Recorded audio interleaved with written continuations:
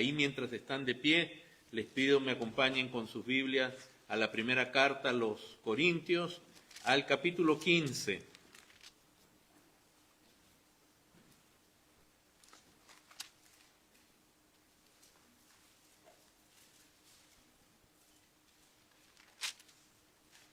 Un pasaje tan precioso, hermanos, respecto a la resurrección de Cristo.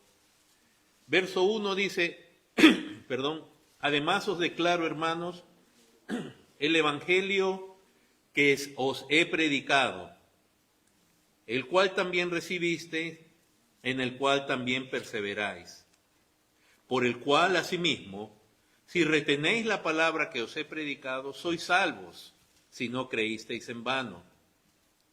Porque primeramente os he enseñado lo que asimismo recibió, que Cristo murió por nuestros pecados conforme a las Escrituras, y que fue sepultado y que resucitó al tercer día conforme a las Escrituras, y que apareció a Cefas y después a los 12, y después apareció a más de 500 hermanos a la vez, de los cuales muchos viven aún y otros ya duermen. Después apareció a Jacobo, después a todos los apóstoles, y al último de todos, como un abortivo, me apareció a mí. Porque yo soy el más pequeño de los apóstoles, que no soy digno de ser llamado apóstol porque perseguí a la iglesia de Dios. Pero por la gracia de Dios soy lo que soy. Y su gracia no ha sido en vano para conmigo. Antes he trabajado más que todos ellos, pero no yo, sino la gracia de Dios conmigo. Porque o sea yo o sean ellos, así predicamos y así habéis creído. Pero si se predica de Cristo que resucitó de los muertos, ¿cómo dicen algunos entre vosotros que no hay resurrección de muertos? Porque si no hay resurrección de los muertos, tampoco Cristo resucitó. Y si Cristo no resucitó, vana es entonces nuestra predicación, vana es también nuestra fe. Y somos hallados falsos testigos de Dios, porque hemos testificado de Dios que Él resucitó a Cristo, al cual no resucitó, si en verdad los muertos no resucitan. Porque si los muertos no resucitan, tampoco Cristo resucitó. Y si Cristo no resucitó, vuestra fe es vana, aún estáis en vuestros pecados. Entonces también los que durmieron en Cristo perecieron. Si en esta vida solamente esperamos en Cristo, somos los más dignos de conmiseración de todos los hombres. Mas ahora Cristo ha resucitado de los muertos.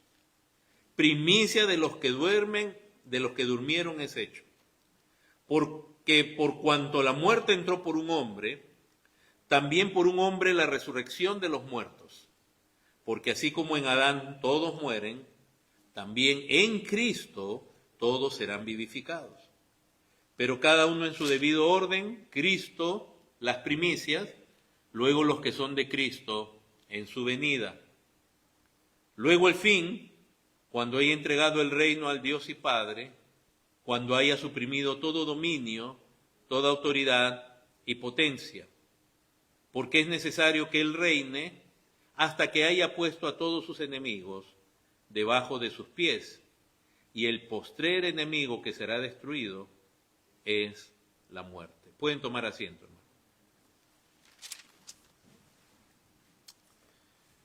Este pasaje nos describe varios aspectos. Yo realmente lo que les recomiendo, les insto, es a que lean todo el capítulo en su casa. Pero aquí, hasta donde hemos llegado, claramente vemos primero que la resurrección es parte del evangelio, del mensaje de Dios. Sin resurrección no hay evangelio. Es más, el evangelio pierde su sentido. ¿Y qué es el evangelio? Son las buenas nuevas de Dios a un mundo caído, a hombres caídos como nosotros, que necesitan no solamente perdón, redención, sino también transformación. El evangelio son esas buenas nuevas que están centradas en la persona y en la obra de Cristo. El evangelio no está centrado en nuestros méritos, en lo que nosotros podamos hacer. El Evangelio se refiere a Cristo y la obra que Él hizo para lograr todo esto que nosotros necesitamos. Por eso el apóstol comienza diciendo, además, os declaro, hermanos, el Evangelio que os he predicado. Ese es el Evangelio que predica la iglesia, el mensaje de Dios. Es el Evangelio que ellos habían recibido y en el cual no solamente uno tiene que haberlo escuchado, haberlo recibido, sino perseverar. Perseverar en este mensaje, no cambiar de opinión, no cambiar de idea, no cambiar de evangelio. Que esa es una de las astucias más grandes que hay de Satanás, cambiar el evangelio. Ellos quieren que la iglesia siga llamándose iglesia, pero sin Cristo, sin el evangelio, sin que su centralidad esté en Cristo y su obra.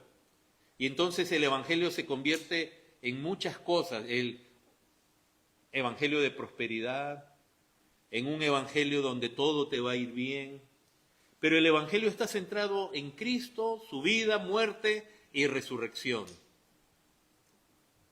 Y en ese evangelio hay que perseverar. Así que si retenemos esa palabra, porque es en ese evangelio que somos salvos, y si no, hemos creído en vano. Imagínense lo que es alguien creer en algo que es vano. Imagínense ser usted de alguna religión que cree tantas cosas y un día despertar y ver que no era cierto que usted iba a despertar en un paraíso acompañado de muchas vírgenes y que más bien usted va a estar en la condenación junto con el líder que le enseñó esas mentiras.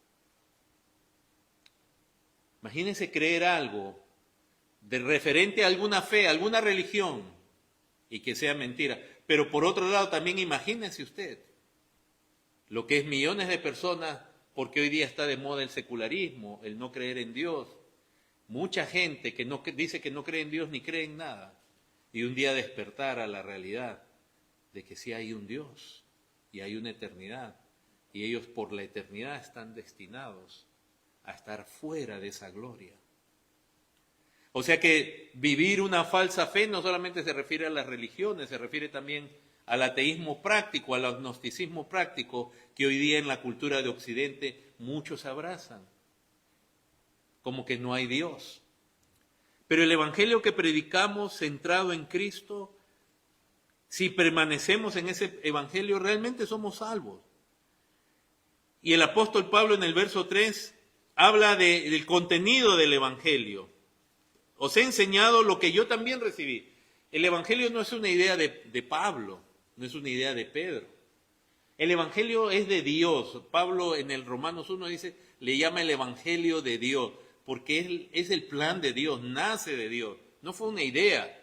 Ningún hombre, no solo a ningún hombre, sino a ningún grupo de hombres, y menos separados a través de los siglos, se le ocurriría una idea como esta del evangelio. A nadie. Este evangelio que él recibió también, que no es su idea, dice que Cristo murió por nuestros pecados. La muerte de Cristo, la muerte del Hijo de Dios hecho hombre, que murió por nuestros pecados, conforme a las Escrituras. Este evangelio está anunciado desde Génesis, por todas las Escrituras, este mensaje de Dios. Fue sepultado, fue puesto en un sepulcro y resucitó al tercer día, dice, conforme a las Escrituras. Se dan cuenta que esto tampoco era algo nuevo, que no solamente Pablo lo inventó, o que lo recibió de algún líder que apareció en ese tiempo. Esto es algo conforme a las Escrituras. Desde el Génesis está presente el evangelio. Ya está el anuncio de Dios, las buenas nuevas de Dios, de redención para el hombre y de restauración de todas las cosas, de toda la creación. Y eso ya está desde el Génesis, escrito. Entonces, el Señor, de lo que trata el evangelio, es de la muerte de Cristo y de su resurrección. Y Pablo añade, dice en el verso 5, que aparece a Cefas, a Pedro, El otro nombre o sobrenombre que tiene Pedro, Cefas, que significa cabeza. Y después a los 12. Y después apareció a más de 500 hermanos a la vez, de los cuales en esos días todavía muchos vivían cuando él escribe esta carta, pero otros ya duermen, dice, ya habían de entre esos 500 hermanos que ya habían muerto. Ahora, la aparición de Cristo, hermanos, tiene usted que saber que así como su muerte en la cruz fue real, no fue que el Señor le dio una catarsis y se desmayó y por error lo enterraron y después se despertó, porque él ya había sido flagelado al punto casi de morir. Es más, los azotes que daban los romanos tenían que ser hasta contados en número, justamente para no matar a la persona. Y encima fue crucificado.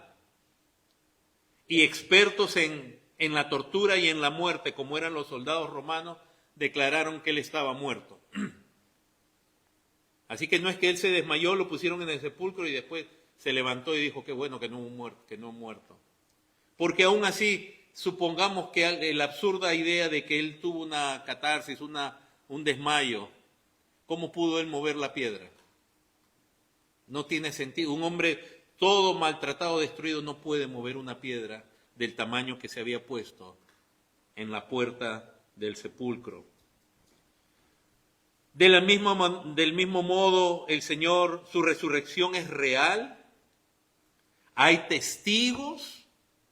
Y testigos que dieron su vida, murieron, pagaron esta predicación, predicar este evangelio con su propia vida. Y usted, ni yo, ni nadie da su vida por una mentira que uno inventa. La gente da su vida por mentiras que ellos creen. Los musulmanes dan su vida, se inmolan, según ellos, por las mentiras que se les dice en el Corán. Pero Mahoma nunca dio su vida, nunca se inmoló. Porque uno no da su vida por una mentira que uno inventa. Pero usted nunca va a dar su vida, como hemos dicho, por una mentira que usted inventa, pero sí por una verdad. Y la aparición nos da a entender que entonces hubo testigos, porque también, ¿qué hubiera sido que el Señor hubiera resucitado, ido directo a los cielos y nadie lo vio? Pero Él apareció a los suyos, se apareció a las mujeres, apareció a los 12. Ellos certificaron. Tomás, que dudaba, certificó que había resucitado. Los discípulos se asombraron. Y resucitado el Señor estuvo con ellos 40 días y 40 noches, como se da testimonio en Hechos capítulo 1, hablándoles del reino de Dios, hasta que ascendió a los cielos. Entonces aquí se da la lista de los testigos a los cuales apareció, y este no es un aparecimiento como cuando se dice que aparecen ciertos seres, donde la gente dice será o no será, porque en las llamadas apariciones, por ejemplo, de la Virgen, si usted lee los testimonios, la gente dice, hay gente que dice, sí, ahí está, y hay otra gente que no está segura, es algo que hay duda. No, aquí se apareció el Señor, comió con ellos. Esto no es una luz que significa tal o cual persona. El Señor estuvo con ellos, comió con ellos, anduvo con ellos, resucitado. Entonces está Pedro, está Jacobo, que era su hermano, que él dudaba de él, él no creía en él. Y después de la resurrección, cree. Se convierte a la fe. Dice Pablo que el último de a todos a los que apareció como un abortivo, le apareció a él. El Señor resucitó y hay testigos, y estos testigos murieron como sello de que sí eran testigos de la resurrección de Cristo. Y la muerte de ellos no fue una muerte fácil. Todos ellos, posiblemente solo con la excepción de Juan, murieron de manera terrible, donde la gente hubiera preferido decir, es mentira, antes que morir. Hermanos, este evangelio que nos habla de la muerte y de la resurrección de Cristo fue anunciado por Dios desde la antigüedad. En los profetas tenemos el anuncio de la resurrección de Cristo. En los evangelios tenemos el relato histórico, el cumplimiento, cómo pasó. Y en las epístolas se nos explica qué significa, qué implica la resurrección para nosotros. Pero los mismos cristianos hoy en día estamos tan despistados con un cristianismo sin Cristo, con un cristianismo de entretenimiento donde Dios nos bendice. Tenemos tan poco interés en Cristo, quien es la gloria de Dios, que si usted le pregunta a los cristianos, ¿dónde en el Antiguo Testamento se habla de la resurrección de Cristo? Y si yo les hago esa pregunta a ustedes, ¿qué respuesta me daría? Y si no tuviera usted una respuesta, yo diría, qué vergüenza que usted se llame cristiano y no sepa lo que la Biblia dice acerca de aquel que usted llama su Señor. ¿Qué pasajes del Antiguo Testamento nos hablan de la resurrección, por ejemplo? ¿Cómo usted le pudiera compartir a un judío que no cree en Jesucristo como el Mesías? ¿Qué le puede usted compartir acerca de la resurrección usando el Antiguo Testamento? Pues yo solamente les voy a mencionar algunos pasajes, pero no les pido a usted que me responda, pero examínese cuán importante, cuán central es Cristo y su obra realmente para usted. Si no, realmente, de nuevo, usted es parte del grupo del cristianismo, que es un cristianismo sin Cristo.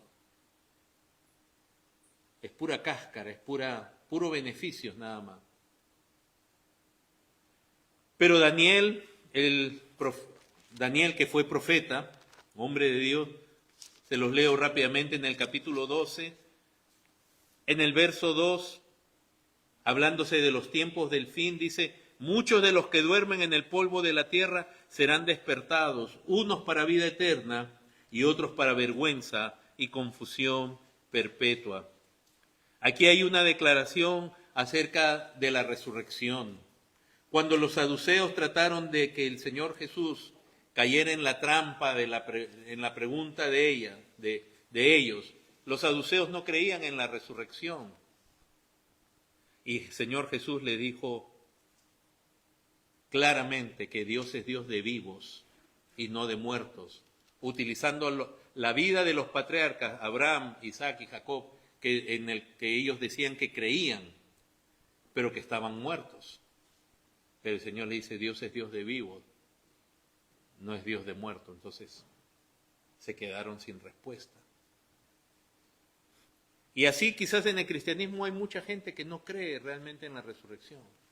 O sea, dice, sí, Cristo resucitó, pero no significa, quizás son semisaduceos. Dicen, sí hay resurrección, pero no tiene un valor para ellos. En Oseas capítulo 13, Oseas habla con claridad también, dice lo siguiente en el versículo 14, dice, de la mano del Seol los redimiré, los libraré de la muerte. Oh muerte, yo seré tu muerte, y seré tu destrucción, oh Seol. La compasión será escondida de mi vista. Por lo menos la gente debiera saber, el llamado pueblo de Dios, de que existe tal cosa como resurrección, una resurrección futura, anunciada. Pero que no solamente se anuncie como un evento. Si tú puedes meditar en el libro de Job, Job mismo tenía esperanza para resurrección en su vida, tenía el anhelo, la esperanza, la certeza. En el capítulo 19, Job dice en el verso 25, yo sé que mi Redentor vive. ¿Cómo estaba, hermanos, Job? Es tremenda esta figura porque Job estaba todo destruido por la lepra. su carne estaba putrefacta. La lepra, hermanos, la que afectó a Job no era, habían distintos tipos de lepra, pero su cuerpo estaba lleno de llagas, era una cosa pestilente, era una cosa que la gente no se quería ni acercar. Su aspecto debe haber estado horrible, su carne se estaba pudriendo. Y es muy importante meditar esto en la vida de Job, porque Job está viendo su carne y es como nosotros nos debiéramos ver a nosotros mismos. Que mi vida, hermanos, el hombre debiera verse en su mortandad. En nuestro pecado nosotros olemos feo. Es como la carne pudriéndose. Y Job dice lo siguiente: yo sé que mi Redentor vive y al fin se levantará sobre el polvo. ¿Cómo un hombre así, siglos de siglos antes que el Señor Jesús apareciera, él habla de mi Redentor vive y se levantará del polvo? ¿Cómo alguien así puede entender, cómo Dios le pudo revelar a este hombre algo así tan tremendo? El verso 26, miren, es tener la certeza de que mi Redentor vive.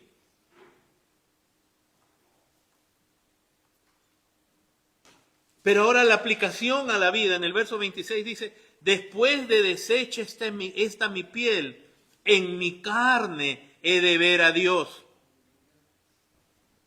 O sea, tener la esperanza, en mí mismo, ¿qué tengo? Mi carne es leprosa y la lepra es un símbolo del pecado. Todos somos leprosos, pero yo voy a ser transformada, mi carne va a ser hecha nueva, porque vive mi Redentor. El problema es que mientras tú todavía no comprendas bien qué es ser pecador, qué es tener esa lepra, y no comprendas quién es Cristo, no vas a tener esperanza realmente en Cristo.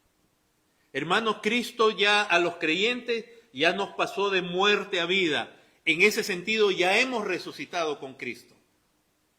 Pablo le decía a los colosenses en el capítulo 3, si pues habéis resucitado con Cristo, buscad las cosas de arriba. ¿Cómo que si habéis resucitado? Si estás en el cuerpo todavía, si no has muerto. Sí, porque el hecho de pasar de muerte a vida ha sido el poder de Dios, el mismo poder que resucitó a Cristo, lo transformó a uno. Pero todavía tenemos carne, entonces esperamos la resurrección final.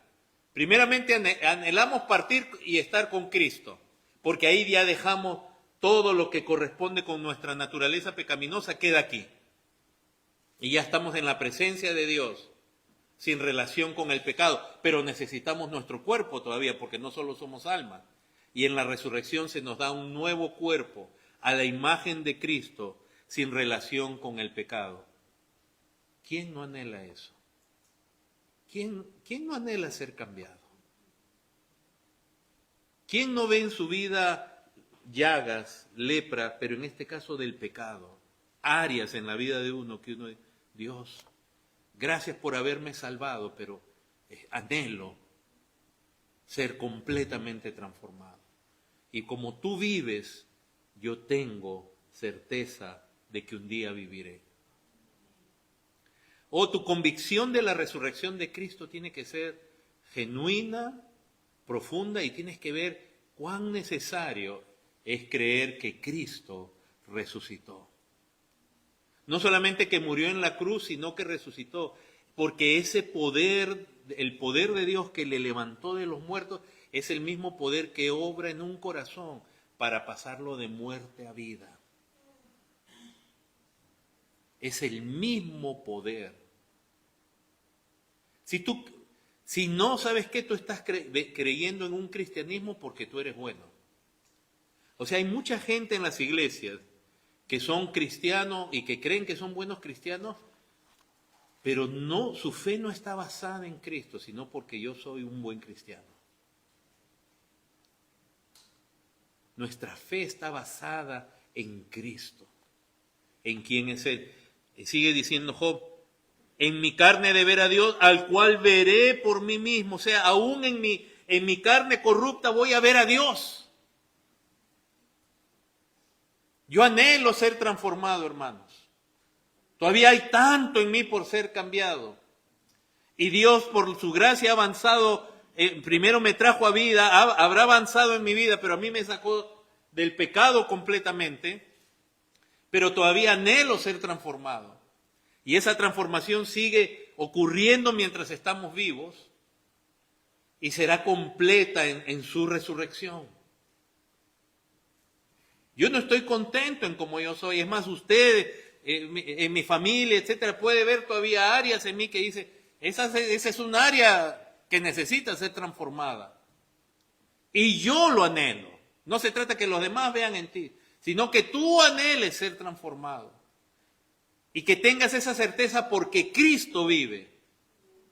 Porque tu Redentor vive. Él no está muerto, Él murió, pero Él resucitó. Y porque Él vive, tú también tienes esperanza de ver a Dios en tu carne. Pero para eso, ¿saben qué, hermanos? Cuando a alguien le daba lepra, Job, como ustedes saben, por la gracia de Dios, él era muy pobre, muy próspero. Él era uno de los hombres más ricos en Oriente. El número de animales que tenía, siervos, etc. Cuando usted tiene lepra, hermanos, usted se olvida de todo eso. ¿Saben cuál viene a ser su prioridad? La lepra. Es lo que lo consume. Y nuestro pecado debiera ser nuestra mayor preocupación, digo, en el sentido de que todavía hay un problema ahí. Pero gracias a Dios, ya me salvaste, pero anhelo seguir siendo transformado y mi transformación final. Por eso qué pena es cuando algunos toman a Cristo solo como alguien que le ayuda para que le vaya bien cada día, su trabajo le salga bien, la comida no se le queme, los hijos se porten bien. ¿Cómo Dios, cuándo entenderemos que Dios ya nos ha dicho que en la eternidad ya no seremos esposo, esposa, padres e hijos? ¿Cuándo entenderemos que eso se acaba? ¿Cuándo entenderemos que en la eternidad ya no habrá que este es mi negocio, este es mi trabajo, quiero ganar más, no quiero que me despidan? ¿Cuándo entenderemos cómo estamos tan preocupados de una manera carnal, terrenal? Y no entender que lo que Dios, el Evangelio, el mensaje de Dios, tiene que ver con transformarte. Y transformar todas las cosas y hacerlo de una vez y para siempre y permanente en la eternidad. Y más bien ver todas las cosas a la luz de lo que Dios dice. Esto es lo principal, este es mi Evangelio.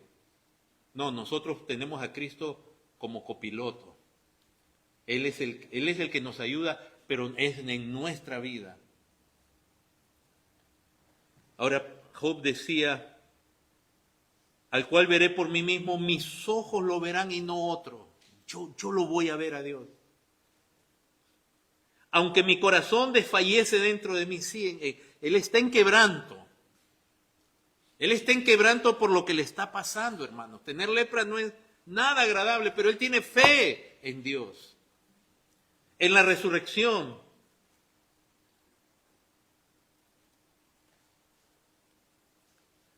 Si creemos que Cristo murió y resucitó por mí, por nosotros, y lo que logró, si creemos que de verdad eso es cierto, si entendemos por qué lo hacemos, lo hizo el Señor, nuestra expectativa va a ser centrada en Cristo.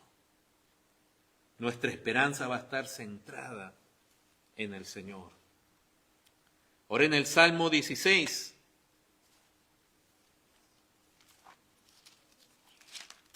Entonces Daniel habló de que iba a haber resurrección. Algunos para vida y otros para vergüenza eterna. ¿Cómo Daniel, imagínense, ya tanto tiempo hablaba de una resurrección? Como sabemos, unos para la gloria y otros para la condenación. Oseas hablaba, de la victoria de Dios sobre la muerte. Muerte, yo seré tu muerte. decía Dios. Sí, hermanos, porque la muerte no es algo que a Dios le agrada, es la antítesis, es opuesto a Dios. La muerte es detestable para Dios, porque Dios es Dios de vida, Dios es Dios de gloria, de poder. La muerte es lo opuesto a Él. O sea, qué grande es que Dios haya prometido y haya logrado resurrección. Para nosotros la muerte es horrenda solamente porque quizás muere un familiar, alguien querido, y no vemos que la muerte es horrenda en sí, porque es la antítesis, es lo opuesto, es totalmente detestable por Dios. Y que Cristo, el Hijo de Dios, se haya dispuesto a morir, tomando nuestro lugar, ser castigado por todos nosotros, es algo que no se puede describir con palabras. Decíamos en el Salmo 16, ya aplicándolo ahora a Cristo, no solamente a los hombres en general, no solamente viendo la idea de Dios hacia la muerte, ahora ni como Job, viéndolo a su vida, aplicándolo a su vida, sino en el verso 10, dice, porque no dejarás mi alma en el Seol, ni permitirás que tu santo vea corrupción. ¿Cómo David pudo hablar? Y aquí está hablando de Cristo. Aunque él está hablando en primera persona, pero realmente esta referencia se aplica a Cristo, quien no fue dejado en el Seol, ni su carne vio corrupción.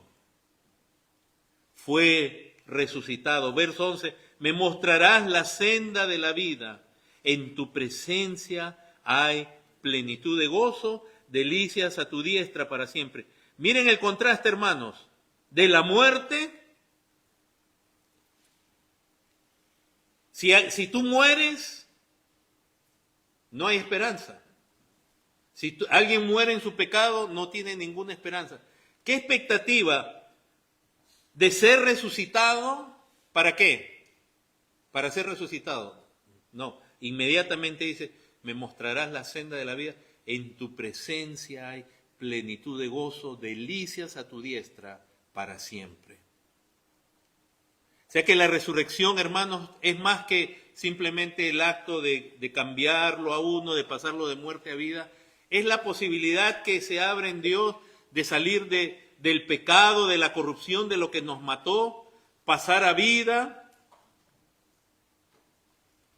Y si me acompañan por un momentito a Romanos 8, y mientras estamos en vida, el mismo Espíritu que resucitó a Jesucristo de entre los muertos, viene a morar en los creyentes para que tengan vida y para que vivan para Dios. Y ese Espíritu ya va dando anticipación a esos creyentes de lo eterno, de lo glorioso. Y lo van anhelando, lo glorioso y eterno. Y entonces, por esa expectativa gloriosa, real, genuina, comienzan a ver lo que es de este mundo de otra manera. Seguimos apreciando la belleza de lo que Dios creó, pero nosotros sabemos que va a haber nuevos cielos y nueva tierra. Y yo ni me preocupo ni me angustio de lo que me pueda perder acá en esta vida. Porque lo que viene es muchísimo mejor. Y como alguna vez lo he dicho, en mi caso que me encantan las playas, la mejor playa que hay aquí va a ser como un terreno vacío, lleno de hierbas y descuidado, al lado de lo que veremos en los nuevos cielos y en la nueva tierra. Lo que ganemos aquí, ¿qué puedes ganar tu materia? ¿Quieres ser millonario? Yo le digo a la gente, trabaje, sea responsable, trate de ganar más, busque profesiones que le dan plata, trate de hacer su empresa, trate de hacer su negocio, prospere. Eso es correcto, eso es bueno. Pero ¿qué cosa en esta vida se comparará a lo eterno? Nada, nada, nada, hermanos. Veía días pasados un video cortito de un tipo que está vendiendo una casa. Si alguien está interesado, hermanos, es allá en Los Ángeles, solo vale $55 millones. No, les digo, me pregunta después, yo le doy el contacto.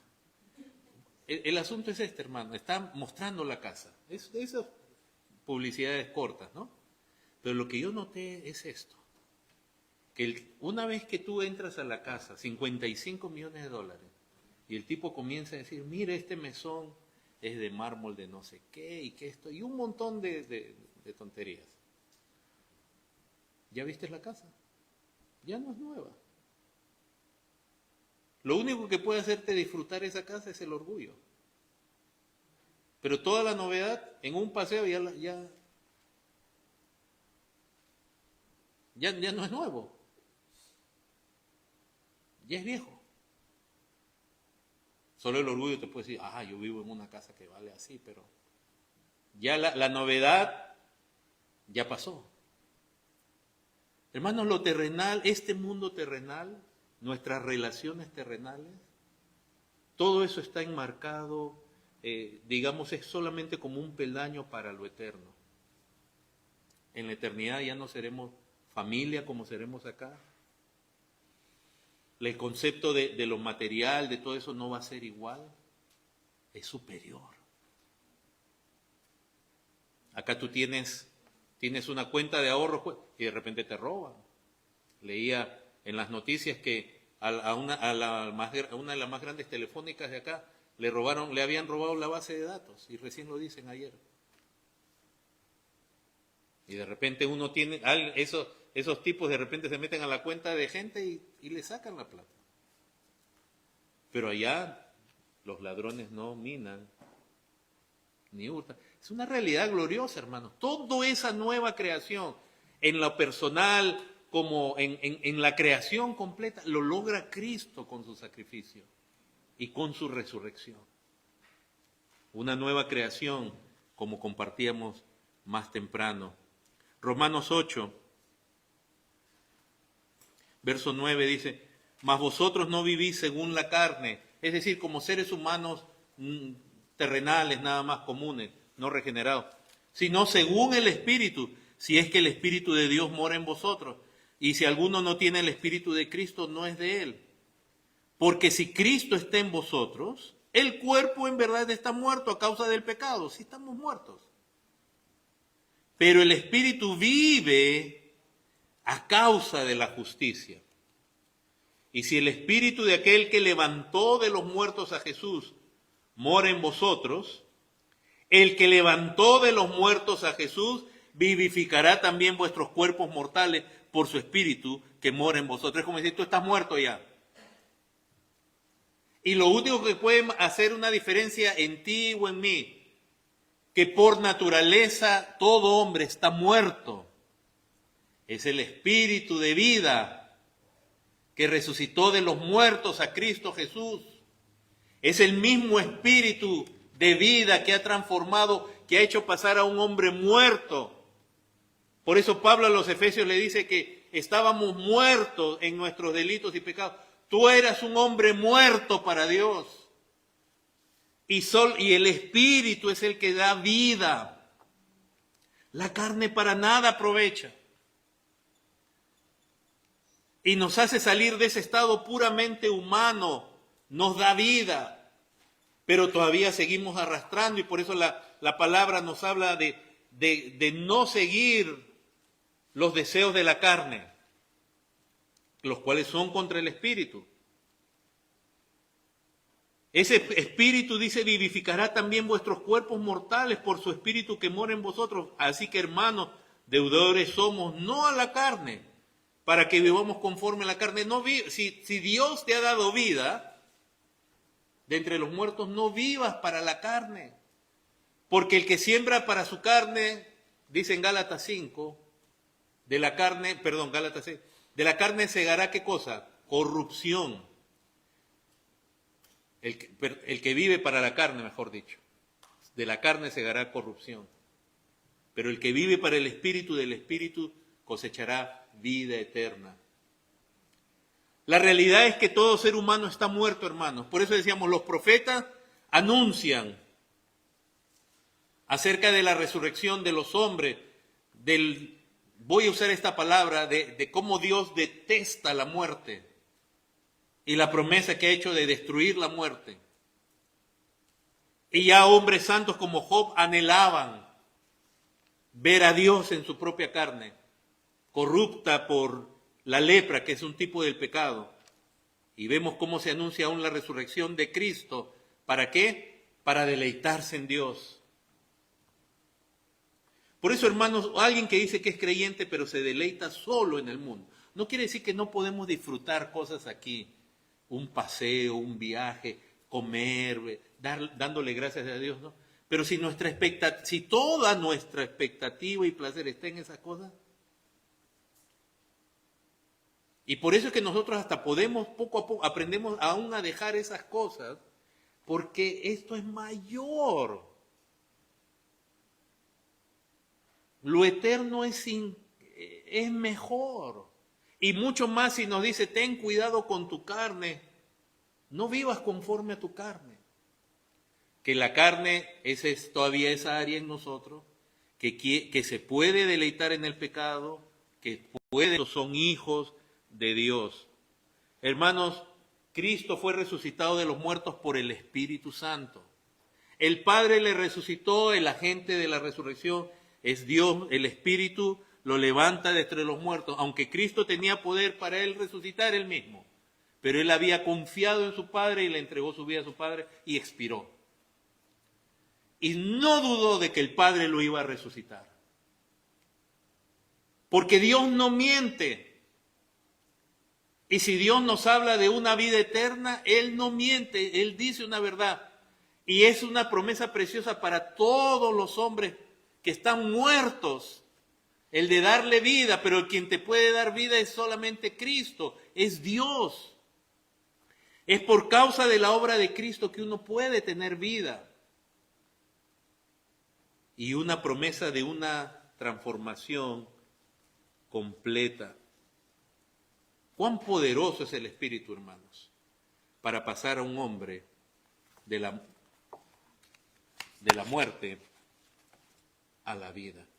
Volvamos a 1 Corintios, capítulo 15.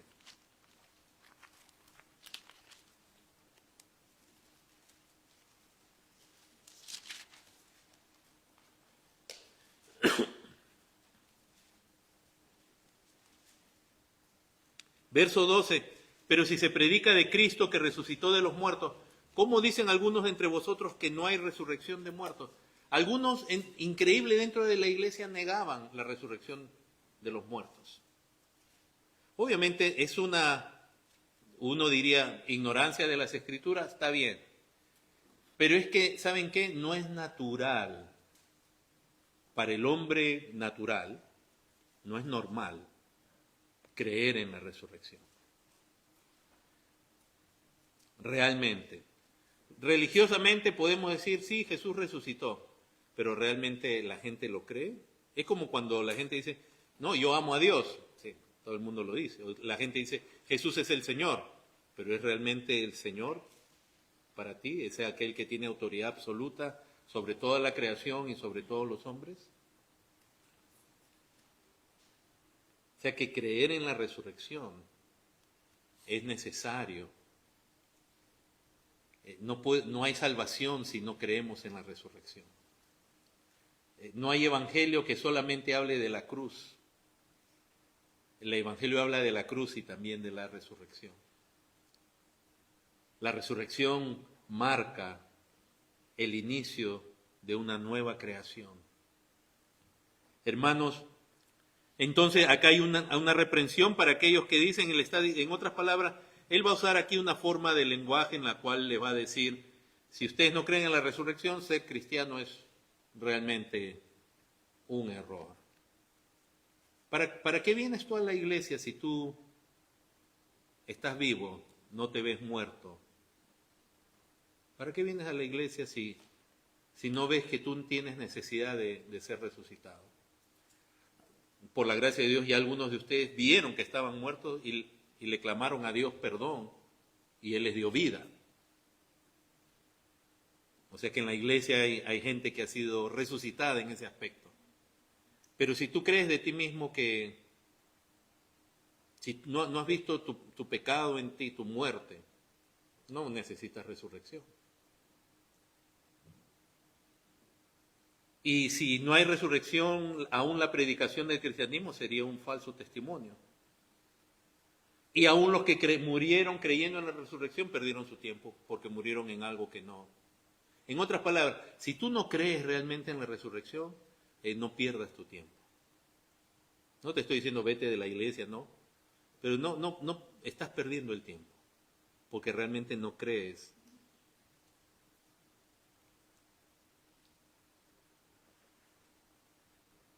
En ese levantar de los muertos que en nosotros, como hemos dicho, tiene una aplicación en la salvación, pasar de muerte a vida, y es una vida en nosotros gloriosa, es la vida del Espíritu Santo que muestra su victoria sobre la carne. Hermanos, porque es imposible que alguien diga que ha pasado de muerte a vida y su vida siga siendo como la de un muerto. La vida se evidencia en los que la han recibido. Cuando Lázaro fue puesto en la tumba y él estuvo ahí 4 días, ya olía mal, su carne ya se estaba pudriendo, ya olía feo, ¿no? Y yo sé, culturalmente nosotros suavizamos la muerte con palabras, con técnicas. Si usted se pone a pensar, los ataúdes cuando vamos a un velorio son sellados para que no salga un mal olor. Y se cuida pero antes la gente no tenía eso, no practicaban eso, a menos que usted sea un faraón y lo pudiera un sacerdote importante entre los egipcios o en otras culturas y lo embalsamen, pero lo que hacían era rápido, hay que ponerlo en un sepulcro o enterrarlo porque esto va. Y este hombre, Lázaro, muerto en la tumba, sin ninguna esperanza de vida, fíjate, piensa en esto, él no se resucitó a sí mismo, él no necesitaba un mensaje que le dijera, Lázaro, necesitas cambiar esta área en tu vida, necesitas ser menos renegón o menos tolerante, o tener más carácter, o tener más determinación, cumple tus promesas, haz tu dieta. Él no necesitaba un mensaje así, trata mejor a tu esposa, trata mejor a tus hijos, perdona. Él necesitaba vida. Y no había nada que él pudiera hacer. Fue Cristo quien lo llamó. Es Dios quien da la vida al muerto. No fue Lázaro quien le dijo, no se escuchó del sepulcro una voz que decía, Cristo, resucítame, dame vida. Fue Cristo quien lo resucitó. ¿Y saben por qué lo resucitó a Lázaro? Para mostrar la gloria de Dios. Y obviamente fue la señal final que Dios le dio a los judíos, sobre todo al Sanedrín, de que Él era su Hijo enviado. Resucitó a un muerto. Y aún así ellos se negaron. 4 días muertos, ya olía feo, ya la gente no tenía duda de su muerte. Y el Señor le resucita. Cuando Dios resucita a alguien, hermanos, no es porque en esa persona haya más mérito que otro. Si Dios te ha dado vida a ti, ha sido por su gracia, por su propia decisión, porque el Señor Jesús no se la pasó resucitando a todos los muertos. A muchos muertos Él los dejó en su estado, pero a Lázaro sí lo resucitó, porque era uno de los que Él conocía. Hay una figura ahí de la salvación. Y cuando Él resucita a alguien, no es para que la persona se jacte en sí misma, es para que esa resurrección dé gloria a Dios. Entre nosotros decimos, ¿cómo es posible que este hombre, este muchacho, esta muchacha, que estaba muerto en sus delitos y pecados, que vivía una vida terrenal como cualquier otra, en vicios, en la corriente del mundo, cómo ha sido transformado? El mundo dice, ¿le han lavado la cabeza? No, la Biblia dice, ha sido resucitado. has salido de entre los muertos. Tú ya no más eres parte de los muertos aquí. Y no le debes nada a la carne en la cual tú estabas muerto, no le debes nada a tu carne. Entonces vemos cómo la Biblia nos hace un énfasis muy grande en la resurrección de Cristo, pero también en la aplicación que eso tiene para nuestra vida, en la promesa y en la expectativa que eso tiene para nosotros. 1 Corintios 15, verso 20, después dice, mas ahora Cristo ha resucitado de los muertos, primicia de los que durmieron es hecho. Él es el primero que ha resucitado en cuerpo glorificado. Porque en el Antiguo Testamento y aún Lázaro en el Nuevo Testamento resucitaron, pero resucitaron en su mismo cuerpo y tiempo después tuvieron que morir, de alguna razón, vejez o lo que sea. Pero Cristo es el primero, es el que tiene la preeminencia, pues es el primero que ha resucitado en cuerpo glorioso transformado. De tal manera que ni siquiera sus discípulos le reconocían. Él estaba caminando junto con dos de sus discípulos, camino de Emaús, y no se dieron cuenta quién era. Porque en la resurrección, aunque vamos a guardar una resemblanza con lo que somos ahora, pero va a haber un cambio dramático y profundo. Y en el aspecto moral no nos reconoceremos, porque ahí de pronto tú vas a ver a tu esposo y tú decías, gloria a Dios que llegaste acá. Oye, pero tú tenías este problema, eras así cuando estabas vivo. Ahora ya no tienes eso. Y él a ella, y los hijos a los padres, y los padres a los hijos. Porque seremos totalmente transformados. Cristo es el primero que fue completamente transformado, aún físicamente. De nuevo, el Señor todavía tenía las marcas de las heridas, pero a la vez no lo reconocían. O sea, hay un cambio, se mantiene una relación con nuestro cuerpo presente, pero a la vez hay un cambio muy dramático. Ya estoy hablando ya de la resurrección física, porque primero ha sido nuestra resurrección espiritual. Hemos pasado de muerte a vida espiritualmente, de ser pecadores a tener al Espíritu de Dios, a ser vivos por Dios. Verso 21, por cuanto la muerte entró por un hombre, ¿quién fue? Adán. También por un hombre la resurrección de los muertos, por Cristo. Porque así como en Adán todos mueren, en Cristo todos serán vivificados. Ahora dice, pero cada uno en su debido orden. Pablo entra aquí aún hasta el orden de los eventos. Cristo las primicias. Cristo fue el primero resucitado. Luego, ¿quiénes? Los que son de Cristo. ¿Quiénes? Los creyentes. ¿Cuándo? En su venida. Cuando hablamos de la resurrección futura, de recibir nuevos cuerpos a la imagen de Cristo, hasta la Biblia nos presenta un orden. Primero ha sido Cristo. ¿Y cuándo recibiremos nosotros nuestros nuevos cuerpos glorificados? Los que son de Cristo. ¿Cuándo dice?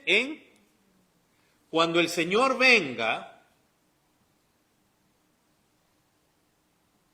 como dice en 1 Tesalonicenses capítulo 4, todos los que están con Él ahorita en su presencia van a venir con Él. No tienen cuerpo, están en espíritu, sus almas están en la presencia de Dios. Su cuerpo quedó aquí en la tumba. Cuando el Señor venga en su segunda venida, todos los que durmieron vendrán con Él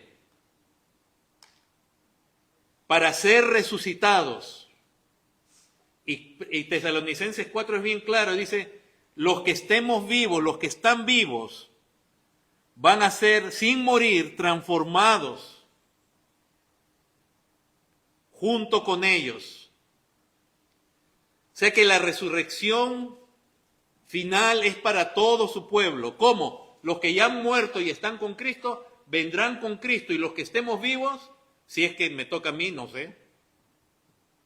No estoy diciendo que el Señor ya viene ahorita y yo voy a estar vivo, no me confundan, no me digan, pastor, usted dijo.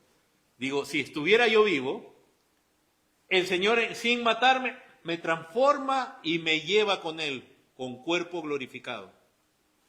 Pero primero son los que están con Cristo en la presencia de Dios. Y junto con ellos, en ese mismo momento, los que están vivos serán arrebatados. Entonces, hermanos, El arrebatamiento, por eso se enseña muy mal hoy en día. Primero, cuando enseñan el arrebatamiento, lo separan de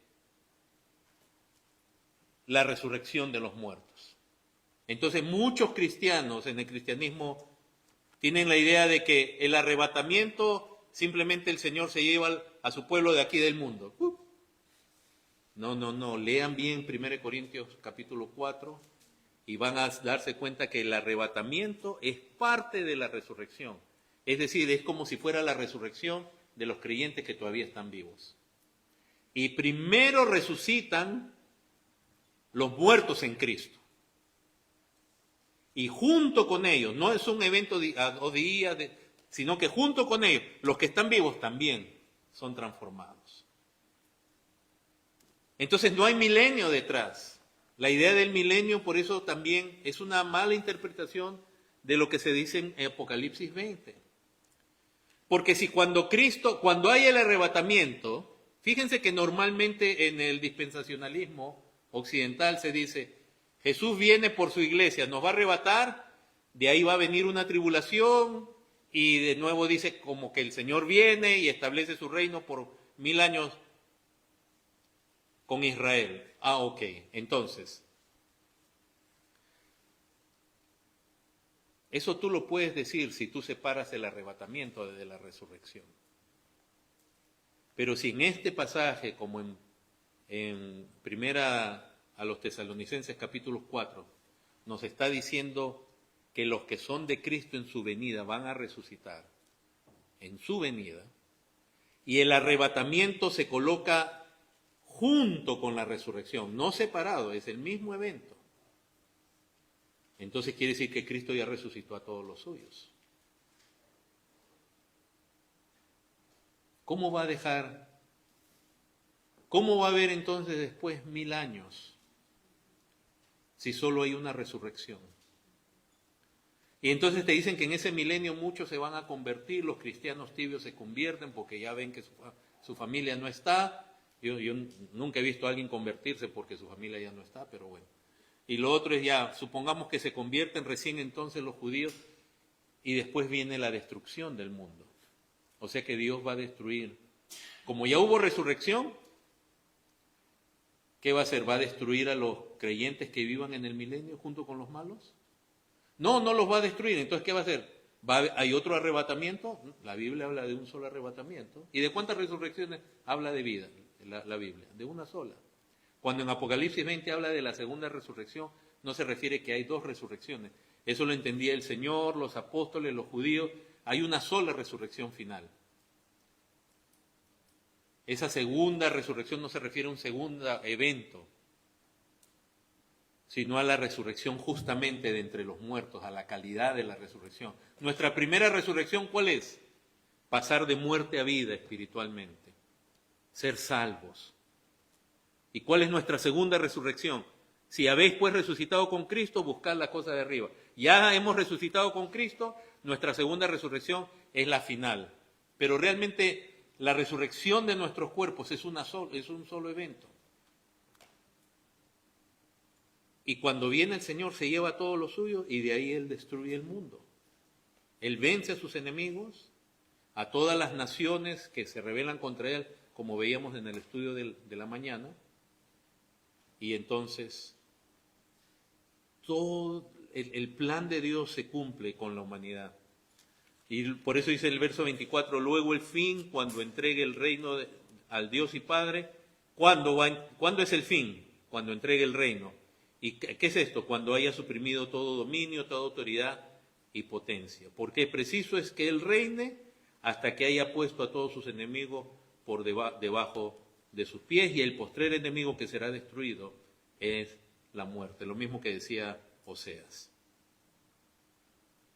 Cristo ya reina, hermano. Él ya resucitó, Él ya ascendió y ya se le dio un nombre que es sobre todo nombre, para que en ese nombre se postre toda rodilla. Eso ya se decretó en los cielos. Y la iglesia lo declara aquí en la tierra. Ahorita todos los gobernantes del mundo tienen el deber de postrarse ante Cristo en sus gobiernos, los presidentes, los reyes, los monarcas, Las naciones ya están bajo la obligación de honrar al Hijo, o como dice el Salmo 2, besar al Hijo. No sea que se inflame su ira por la rebelión. Pero ¿qué dice el mismo Salmo? Que los pueblos se amotinan y piensan cosas vanas y se rebelan contra Dios y contra su ungido, rechazando la autoridad sobre ellos, que es lo que neciamente está haciendo este gobierno que tenemos ahorita y los gobiernos de muchas naciones que se han declarado en abierta guerra y confrontación contra Cristo. Cristo ya reina, hermanos. Él reina, no parece, porque los malos siguen actuando. Y eso lo dice claramente en las Escrituras. Pareciera que Él no reina. Pero Él ya reina. Él resucitó y a Él ya se le dio toda autoridad. No se le va a dar en el milenio. Ya se le dio. Y todos los gobernantes están obligados, todos los hombres, a postrarse ante Cristo. Tú y todos nosotros. El hombre en su pecado va a permanecer en rebelión. Y cuando Cristo venga, va a llevar a su pueblo. ¿Cómo? Va a venir con los que duermen ya, con los que ya han partido, los va a resucitar. Junto con ellos, los que viven, los va a transformar. Y a todos resucitados, juntamente con Cristo, juzgaremos al mundo. Pablo le decía a los corintios, ¿no sabéis que habréis vosotros de juzgar al mundo? Y luego viene el juicio final, donde Dios pondrá a su derecha a sus ovejas, todos juntos. No hay dos juicios, hay un solo juicio. El juicio de Cristo que el juicio de Cristo es el juicio que vemos también en Apocalipsis. Porque Dios ha puesto en Cristo el juicio. Le ha dado a Él la capacidad de juzgar. Él va a poner a todos sus enemigos, hermanos. El Cristo resucitado vendrá y pondrá a todos sus enemigos debajo de sus pies. Y entonces Él mismo se sujetará al Padre. Qué gloriosa promesa, hermanos, que hay en Cristo. La resurrección de Cristo, hermanos, no es accesoria, es vital para la vida personal de uno, para salir del pecado. Es vital para el universo completo que está afectado por el pecado.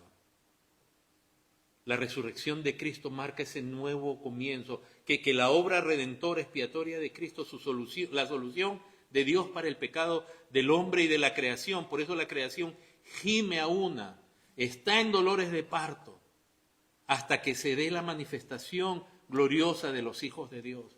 Ahí misma la creación está esperando nuestra resurrección, hermanos. Porque esta creación presente tiene que ser quemada por fuego. Y Dios va a hacer de esa ceniza nuevos cielos y nueva tierra donde mora la justicia. Oh, hermanos, la obra de Cristo queda vindicada en la resurrección. Y cuán necesaria es para la vida personal, para la creación. ¿Cuánto marca eso nuestro destino eterno, hermanos? Y ahí queremos estar con el Señor. Les invito a ponerse en pie.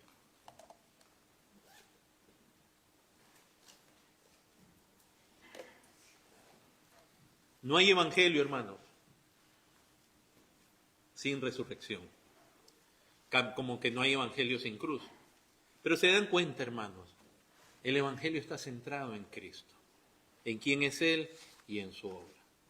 El evangelio no es, sé bueno, piensa en Dios, no seas tan malo. El evangelio se trata de Cristo, de su obra, sus logros, eternos, gloriosos. Ustedes saben qué implica que la obra de Cristo selló la posibilidad, la realidad de que todo el universo va a ser restaurado.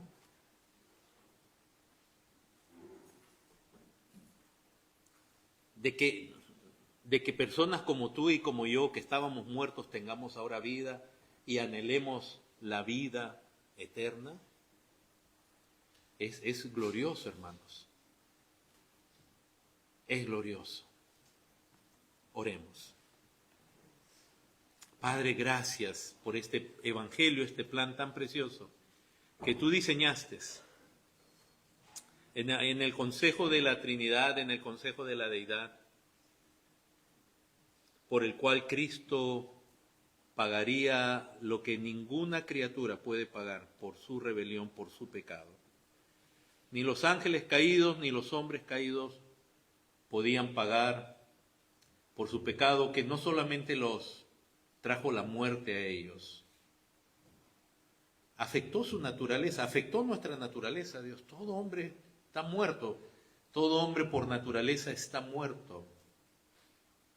Nace ya muerto espiritualmente y por lo tanto su enemistad, ignorancia, rechazo hacia ti es normal en el ser humano. Qué situación tan trágica comparado con Adán cuando fue creado en el principio, creado en tu presencia, tú le hablabas, él tenía comunión contigo, él te servía, toda la tierra iba a ser bendecida por el trabajo de él y de su esposa, sus hijos.